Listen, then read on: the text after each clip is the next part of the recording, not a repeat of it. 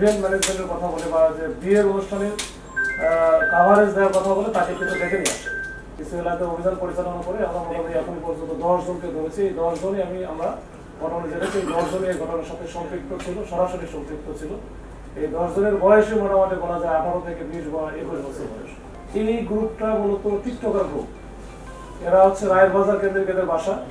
এরা একটু ভাসমান টাইপের, এরা টিকটক করে বেড়ায়। এখন ওরা মোবাইল দিয়ে টিকটক করলে সেই মোবাইলে রেজুলেশন ভালো থাকে না বা ভিডিওগুলো এত পরিষ্কার থাকে না বা ওগুলো কাটতেই হয় না, এরকম একটা চিন্তা ভাবনা থেকে তারা মনে করে যে তাদের জন্য একটা ভালো ক্যামেরা দরকার।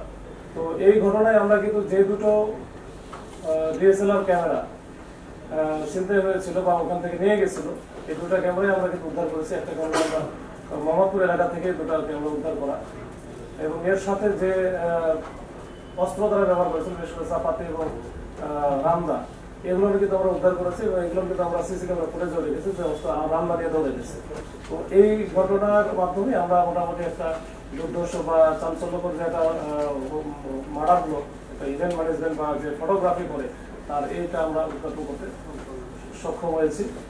দ্বিতীয় ঘটনা হচ্ছে আমাদের ওই একই দিনে একই সময় কাছাকাছি, ওইটা ছিল প্রায় 8টার কাছাকাছি। এটাও কিন্তু 7:52 বা 55 থেকে ঘটনা। সেটা হচ্ছে জিগাতলা, একেবারে জিগাতলা বাস স্ট্যান্ডের পাশে একটা গলির ভিতরে।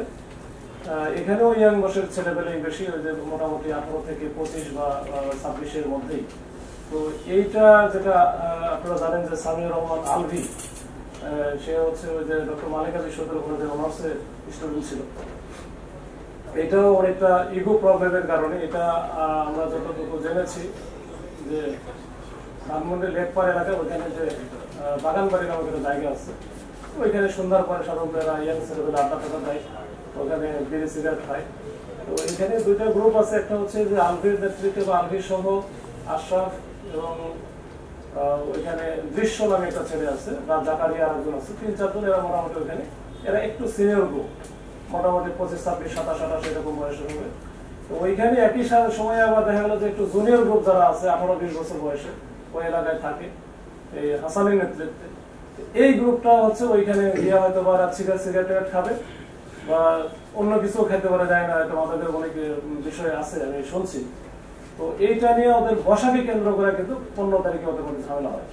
15 তারিখে সন্ধ্যায়, এই 15 তারিখে সন্ধ্যায় ওদের মধ্যে ঝামেলা হলো। যে এই ঝামেলাকে কেন্দ্র করে এই যে ভিকটিম আলভি এর সাথে যে ছিল আশরাফ আর দৃশ্য, এরা কিন্তু ওই যে এই ঘটনার যে আসামি পক্ষের মূল আসামি যে হাসান, যাকে আমরা এখনো ধরতে পারি নাই, হাসানকে চর্থাপ্পর মারে।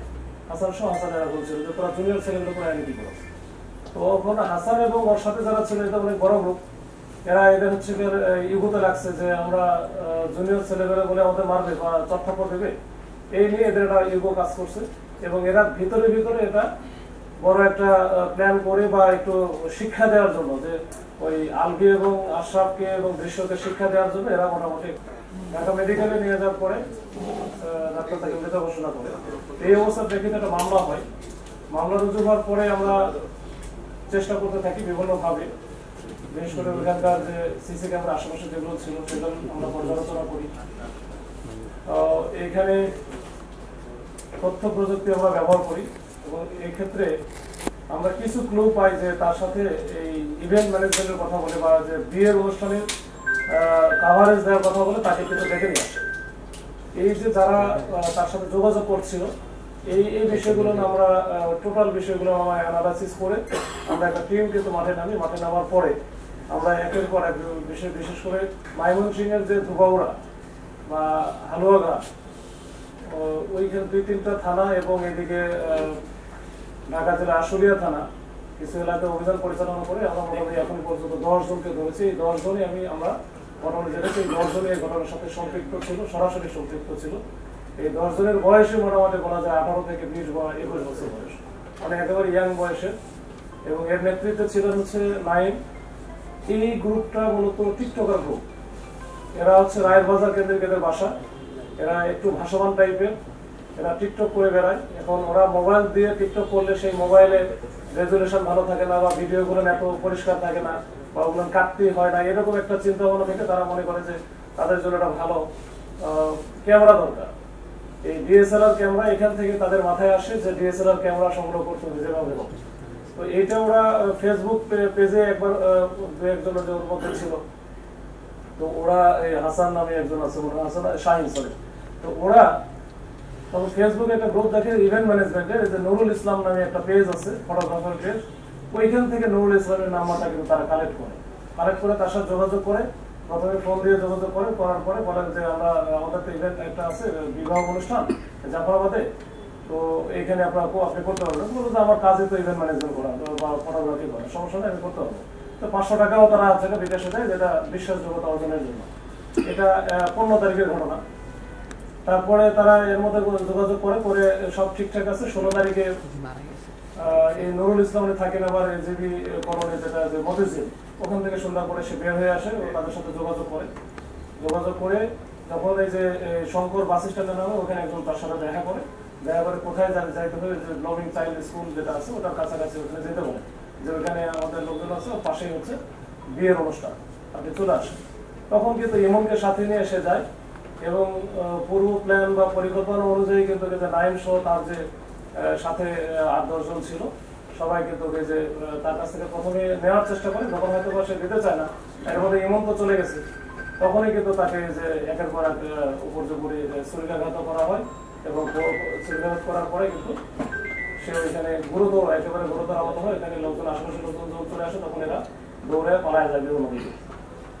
তো এই ঘটনায় আমরা কিন্তু যে দুটো ডিএসএলআর ক্যামেরা ছিনতাই হয়েছিল বা ওখান থেকে নিয়ে গেছিল, এই দুটো ক্যামেরাই আমরা কিন্তু উদ্ধার করেছি। একটা ক্যামেরা আমরা মোহাম্মদপুর এলাকা থেকে দুটো ক্যামেরা উদ্ধার করা, এবং এর সাথে যে অস্ত্র তারা ব্যবহার করেছিল, বিশেষ করে চাপাতি এবং রামদা, এগুলো কিন্তু আমরা উদ্ধার করেছি এবং এগুলো কিন্তু আমরা সিসি ক্যামেরা ফুটেজও রেখেছি, যে অস্ত্র রামদা দিয়ে ধরে গেছে। তো এইটার একটা মোটামুটি ফুল ফ্লেজ একটা রহস্য উদ্ঘাটন এবং মানে সবাইকে ধরা, এটার বাইরে আর কোনো আপাতত আমাদের কাছে মনে হয়েছে আর কোনো কিছু নাই, এবং এটা একেবারে পুরো একটা প্যাকেজ করে পুলিশের ঊর্ধ্বতন কর্মকর্তা, আমাদের প্রফেশনাল সার্ভার, মানে একেবারে খুবই জিরো টলারেন্স এই ব্যাপারে, যে এই মত সৃষ্টি করে কাউকে যেন মত সৃষ্টি করে কোনো কিছু করা না হয়। এটার ক্ষেত্রে পুলিশের অবস্থান একেবারে কালকে যে সেই পরশুদিন যেটা দেখেছেন, সেম অবস্থানটা আমাদের এখন থেকে দেখতে হবে, এবং ইতিপূর্বে যেটা ঘটেছে এরপরে আর আমরা করতে দেবো না। সেটাই হোক, যদি আমরা বলেছি যে এরকম কোনো বিষয় যদি থাকে যে আওয়ামী লীগের সাথে দোষর বা তাদের সাথে ছিল, সে বড় পদের, ঠিক আছে, আমাদের কাছে তথ্য দেখে, ইন্টেলিজেন্স দেখে আমরা এগুলো যাচাই করে অ্যানালাইসিস করি, আমরা এটা ব্যবস্থা নিব। কিন্তু সবাই যদি পুলিশ হয়ে যায়, সবাই যদি আইন শৃঙ্খলা বাহিনীর সদস্য হয়ে নিজের আরেকজনের দায়িত্ব নিজে তুলে নেই, এইটা তো দেশে একটা এনআরকি তৈরি করবে। এই এনআরকি বা ললেস কান্ট্রি আমরা হতে দিতে পারি না বা হতে দিতে চাইও না। এটার ব্যাপারে আমাদের কঠোর অবস্থান থাকবে। হান্নান মাসুদের হস্তক্ষেপে পুলিশ কেন তাদেরকে ছেড়ে দিল তিনজনকে? এটা হস্তক্ষেপে না, এটা যতটুকু আমি বুঝেছি যে যেহেতু ঘটনা সংঘটিত হয় নাই, তো ওই ঘটনায় আমরা হয়তো মামলাও নিতে পারতেছিলাম না, যে কোন মামলায় বা কি ধরনের কি বিষয়গুলো, ওই জন্য কিন্তু তাদেরকে এই বিষয়গুলো বলা হয়েছে এবং লেখার সময়ও দেওয়া হয়েছে যেটা লাস্ট টাইম, এরপরে যেন এরকম কোনো ঘটনা কেউ না ঘটায়। এবং এটা যে আলোড়নটা সৃষ্টি করেছে, আপনারা সাংবাদিক বললেন, মানে সাংবাদিক ভাইয়েরা আপনারা যে ভূমিকাটা নিয়েছেন, আমার মনে হয় এটা হচ্ছে একটা মেসেজ চলে গেছে এবং এটা বড় একটা মেসেজ সারা বাংলাদেশে। এটা আমার পরবর্তীতে এই ধরনের ঘটনা না ঘটানোর জন্য এটা মনে একটা বড় একটা মেসেজ এটা গিয়েছে, এবং আমরা চাইছি যে এরপরে যেন কোনো ঘটনা না ঘটে, যেটা ঘটছে শেষ, এটা ফুল স্টপ। ঠিক আছে ভাই, আজকে অনেকগুলো ইভেন্ট আছে, আমরা একটু যাই।